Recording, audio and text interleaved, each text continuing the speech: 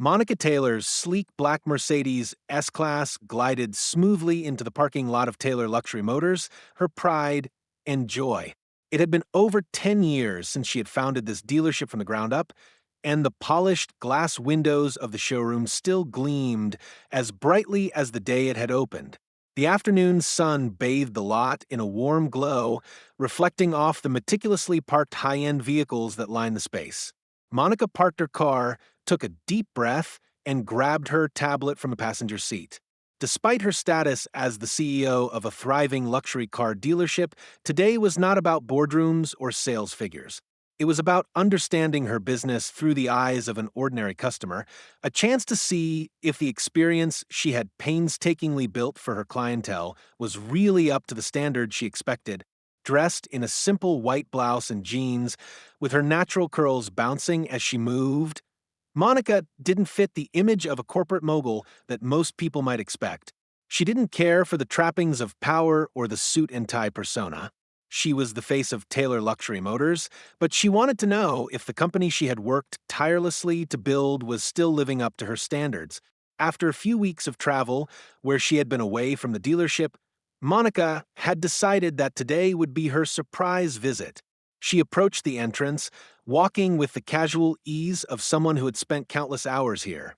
As she entered the showroom, the familiar scent of new leather and polished chrome hit her instantly.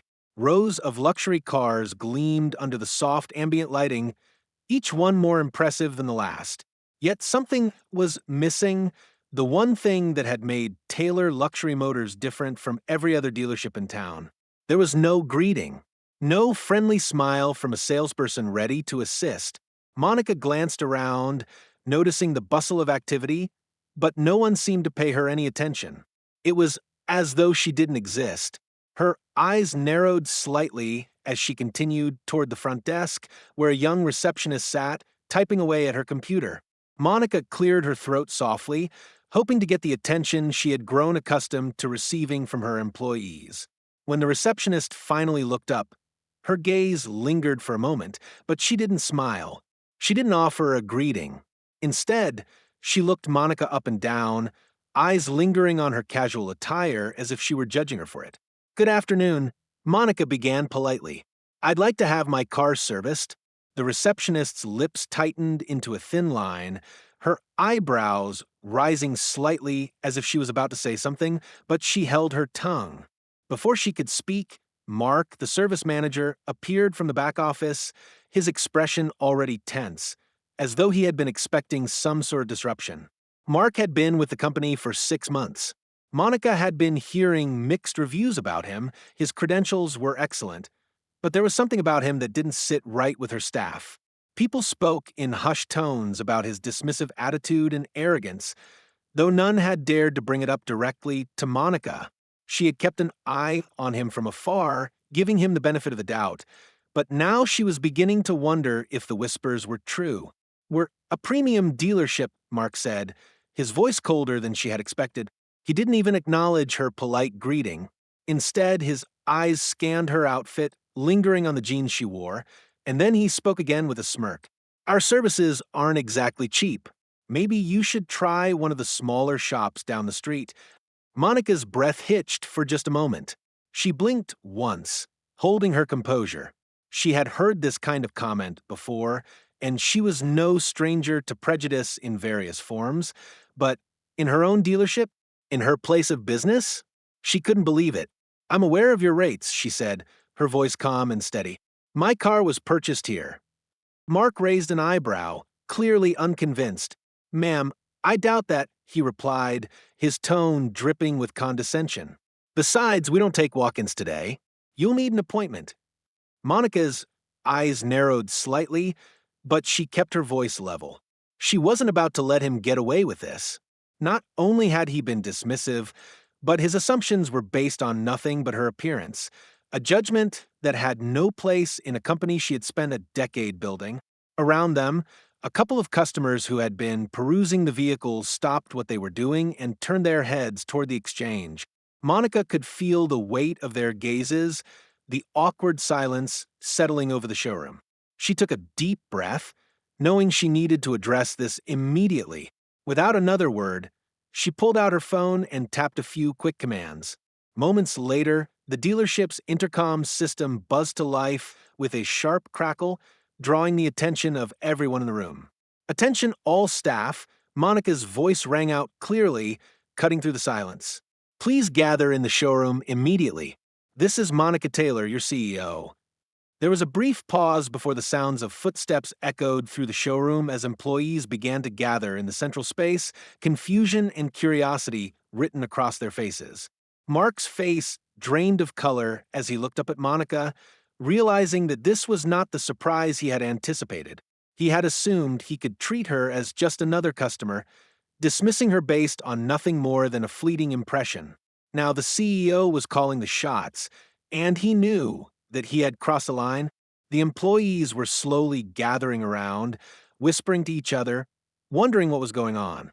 Monica stood in the center of the room, her eyes scanning the faces of her staff, many of whom she had personally hired or trained over the years. This wasn't just about poor customer service, it was about the heart of her company. Every person in this room was responsible for upholding the values she had instilled in Taylor Luxury Motors, values of respect, inclusivity, and excellence.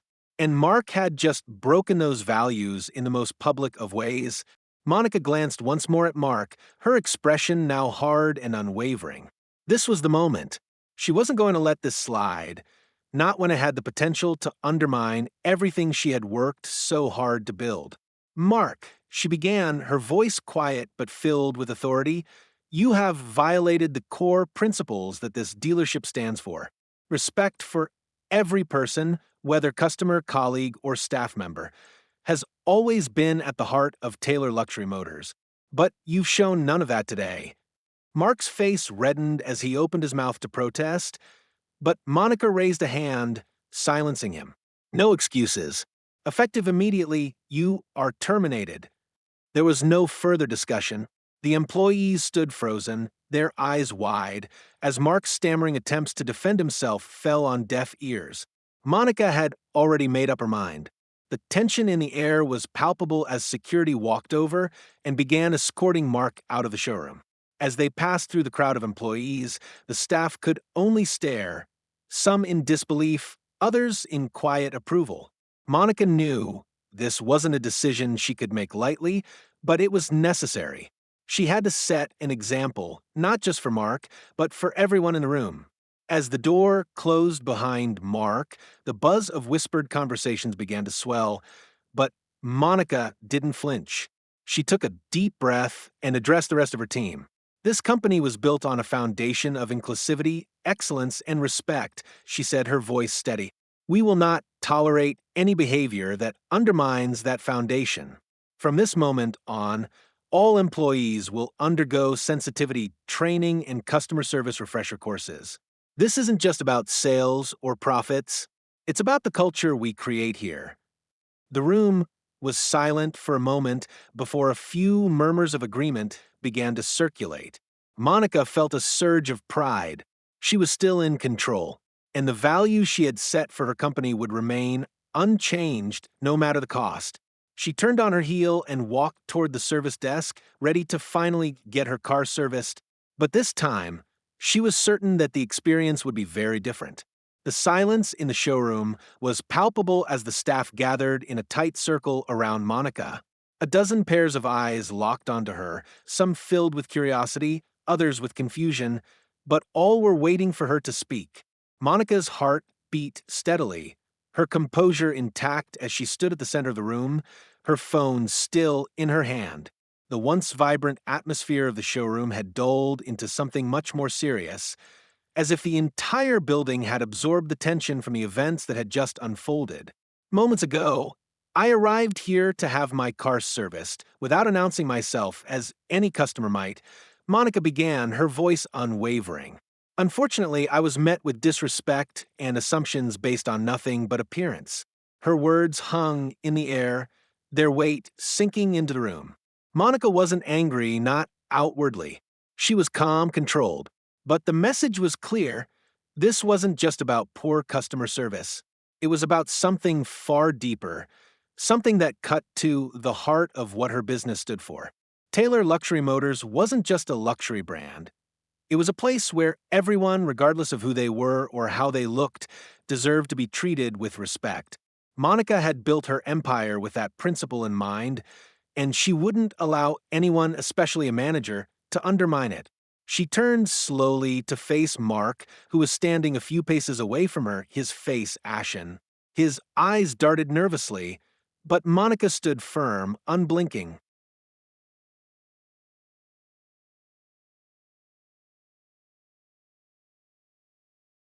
Mr. Mark Reynolds, she continued, her tone firm but without malice, you have violated this company's values. We do not tolerate discrimination, arrogance, or disrespect toward any customer or colleague. Effective immediately, you are terminated. Mark opened his mouth, his face reddening with disbelief. Miss Taylor, he stammered, but Monica raised her hand to silence him. No excuses, she said quietly. HR will handle your exit. Mark's protests fell on deaf ears as Monica's words rang clear, final. He had already crossed a line that Monica couldn't allow to be blurred, and now he was paying the price for it. There was no room for compromise when it came to respect. The quiet murmur of the staff in the background seemed to fade as security walked toward Mark. There was no dramatic scene, no shouting, but Monica could see the look of resignation on his face as the guards flanked him. He didn't even glance back as he was escorted out of the showroom, and Monica couldn't help but feel a sense of resolve wash over her. She had made the right decision. Once Mark was out of the building, Monica turned to face her employees, who were still watching her with a mixture of shocked curiosity and now a hint of admiration. Monica straightened, standing tall, her voice steady but commanding as she spoke again. This company was founded on inclusivity, excellence, and respect for every individual who walks through our doors, she said, the strength of her words undeniable. That standard is non-negotiable. A few employees nodded in silent agreement. Monica's eyes scanned the room, locking with several members of her team. These were people she had worked with closely for years. She had trusted them to uphold the same principles she had embedded into the very foundation of the business, and now it was time for them to demonstrate that trust. We cannot afford to let an incident like this slide, she continued, her gaze sharpening. Going forward, we will conduct mandatory sensitivity and customer service training for all employees. This is not a request, it is a requirement. There was a beat of silence, followed by a small murmur of agreement from the staff. Then, to her surprise, the room suddenly burst into applause. It wasn't loud or boisterous, but it was sincere, supportive. Monica smiled slightly, her chest swelling with pride. This was the team she had built, the people who understood that leadership wasn't just about profits or growth, it was about maintaining the integrity of the culture that defined the company. She had their support. After a moment, the applause died down, and Monica gestured for everyone to return to their duties. There was still work to be done, and the day was far from over. As she walked toward the service desk to finally have her car serviced, she couldn't help but reflect on the incident that had transpired earlier. It had been an uncomfortable and awkward moment for everyone involved, but it had also been a necessary one. Monica had been running her business for a decade now, and though she had always known that her success was due in large part to her commitment to creating an inclusive, welcoming environment, today had solidified that belief in a way that nothing else could.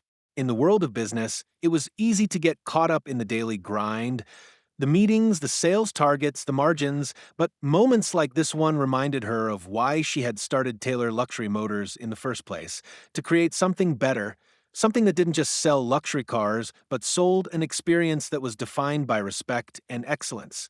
As she stood at the service desk, the technician who approached her seemed flustered, clearly aware of the tension in the air. Monica could see that he was unsure of what to say, probably worried that he would make some mistake. She gave him a reassuring smile. "It's okay," she said, her voice softening. "I just need my car serviced." The technician nodded, visibly relieved. Monica handed over the keys, and as he led her car into the service bay, she returned to the showroom where the staff was already busy attending to customers. She watched them work, Noting how different the energy felt now, there was a subtle shift, a sense of unity, a shared commitment to the values that Monica had always championed. It wasn't just about getting cars in and out of the service bays or pushing sales quotas. It was about creating an experience for their customers, one that was built on respect, trust, and authenticity. Later that afternoon, as Monica sat in her office, reviewing reports and catching up on emails, she found herself reflecting on the day's events. She had done what needed to be done, but it was more than just firing Mark. The true test was what happened next. Would her team rise to the challenge of embracing the changes she had mandated? Would they all commit to making Taylor Luxury Motors the kind of place where no customer, no employee was ever made to feel inferior or dismissed?